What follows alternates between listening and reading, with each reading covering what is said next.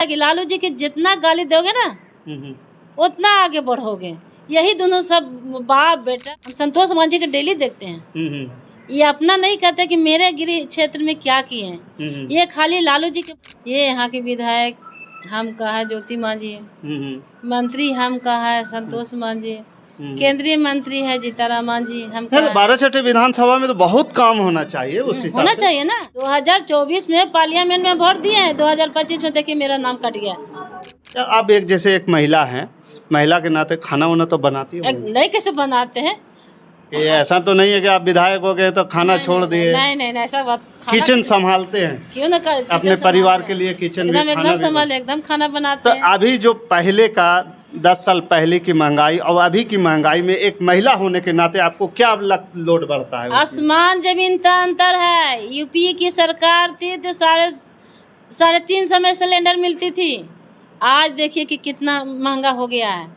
पहले में आप में चाहे आप गैस सिलेंडर की बात हो या पेट्रोल की बात हो, डीजल की बात हो, सारा आसमान चढ़ा गया है। अभी यही स्थिति देख रहे हैं कि इसमें गरीब के कोई गुंजाइश कहीं से नहीं है, कोई सुनने वाला नहीं। सिर्फ हमारे नेता लालू जी के या तेजस्वी यादव के छोड़ा के। अभी जैसे कह रहे हैं कि अभी सुने होंगे कि जीएसटी रेट जो है टैक्स कम कर दिया गया है। वो जीएसटी टैक्स कम किया है, उससे आप लोग को क्या लाभ मिल रहा है एक महिला होने के नाते? देखिए जीएसटी बहुत जो हम जब ये भी सवाल है मैडम कि जब आप बढ़ाए क्यों थे जब कम करना था, ये भी तो उठती है कि नहीं बात? किसके टाइम में बढ़ाया था सब बताइए। जीएसटी तो मोदी जी ही लागू किए बस। और ये लड़ाई मेरा है। ये हमने जीएसटी बिल के हर मंच पर हमारे नेता बोले हैं ये मनमानी जीएसटी बिल लिया जा रहा है। ये भी लड़ाई मेरा ही है, विपक्ष का लड़ाई है, चाहे राहुल गांधी का हो, तेजस्वी यादव का हो। बाकी उतना तो किसी जो बिहार से यहाँ निकल के लड़ाई होता है, सुनवाई होता है बाहर, और राज्य में उतना लड़ाई हम नहीं देखते हैं, कुछ महंगाई पर चाहे कुछ पर। वोटर अधिकार यात्रा में आप घूमे होंगे? हाँ, एकदम घूमे। वोटर इसमें गए थे तो अभी जो है अभी खबरें निकल कर आई है कि राहुल जी के साथ बैठक होने वाली है चुनाव आयोग के साथ। तो कुछ मीडिया में ये भी चल रही है, नेशनल मीडिया में, कि चुनाव आयोग राहुल गांधी के सामने झुक गया है। तो उस वोटर अधिकार यात्रा में या फिर जो पुनरीक्षण कार्य हो रहा है उसको लेकर के आपने क्या क्या देखा है? ज़मीनी हकीकत बताइएगा। देखिए ज़मीनी बताया। देखिए राहुल गांधी के सामने झुका नहीं। हमारे नेता का भी अहम रोल उसमें है। केस उन्होंने भी दर्ज किए थे बिहार से। बोले ना, कहावत है कि एक बिहारी 100 पर भारी है। ये सच्चाई बात है। अगर त्रुटि निकाला है कि कैसे वोट की चोरी होता है, ये बिहार से निकला है, कहीं दूसरे राज्य से नहीं निकला है। हकीकत की बात है कि अभी भी हम वोटर यात्रा में हम अपने क्षेत्र की बात कर रहे हैं कि अभी भी हम जा रहे हैं तो बहुत ऐसा आदमी है बोले कि दीदी 2024 में हमने वोट दिए हैं, 2024 में पार्लियामेंट में वोट दिए हैं, 2025 में देखिए मेरा नाम कट गया।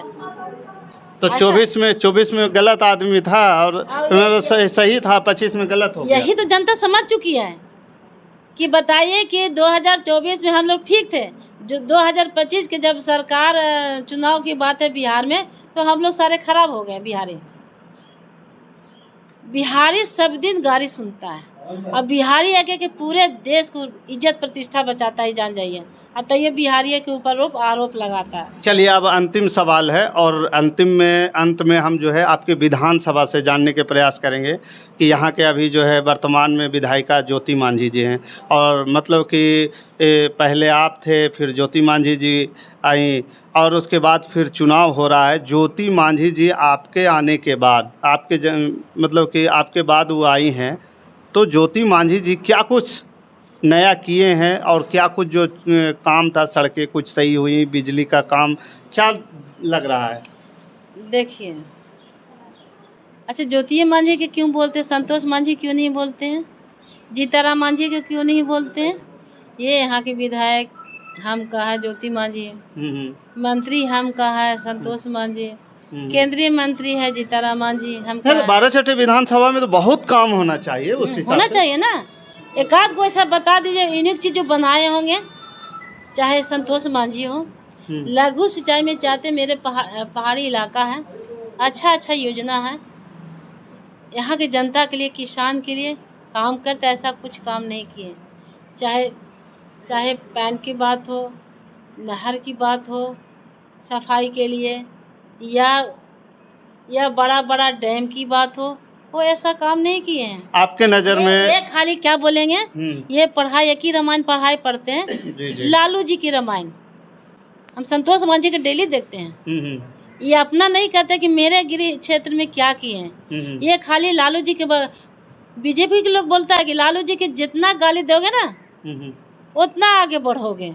यही दोनों सब बाप बेटा समझी यही पढ़ाई पढ़ा है, बाकी दूसरा कोई पढ़ाई विकास की पढ़ाई नहीं पढ़े। तो मतलब एकमात्र धुरा है लालू जी की गाली दो, बस। हाँ, लालू जी के, तेजस्वी जी के गाली दीजिए। जैसे हमारा राजवल्लभ यादव आया ना, अभी उनको छोड़ाया गया, अभी तो सजा में रहते हैं, इसीलिए लाया गया चुनाव के टाइम में कि तुम जितना गाली दोगे उतने हमारा वोटर बढ़ेगा। भाई हम कहना चाहते हैं राजवल्लभ यादव के कि आपका नियत और आपका करियर के बारे में सब देख चुका है जनता कि आपका करियर क्या है, अब आपका क्या कर क्या है, किस चीज़ में सजा काट चुके हैं, जनता देख रही है, जान रही है, समझ चुकी है। इसलिए इस बार कुछ सुनने वाला नहीं है। आज घर घर जाइए, माता बहनों जान चुकी है कि माई बहन योजना जो हमारे तेजस्वी जी चला रहे हैं, इसके चलते तेजस्वी पर विश्वास हो गया कि एक ऐसा ही नेता तेजस्वी यादव है कि हम वोट उनको जिताएंगे और हम लोग हर एक महिला को 2500 रुपया मिलेगा। अब 2500 रुपया मिल जाएगा तो महिला को कितना बड़ा समझिए कि उसका मिलेगा सामान, किचन में सहायता, हर एक चीज में, किचन नहीं, पढ़ाई से लेके अपना बाल बच्चा के पढ़ाई से लेके बीमारी तक अपना पैसा हाथ में रहता है तो अपना महिला को उसका शान रहता है कि मेरे पास भी है, किसी से हाथ, अपना बल मजबूत होता है, अपने आप में लगता है कि हम भी, मेरे पास पैसा है, हम भी किसी से कम नहीं है। अगर उसी महिला के पास अगर कहीं से कुछ तरह से इनकम नहीं आता तो बेचारी रह जाती है, पैसा नहीं रहता है तो बेचारी मजबूर रहती है, बेचारी रहती है। तो वो मजबूरी खत्म करना चाह रहे हैं, खत्म होगा।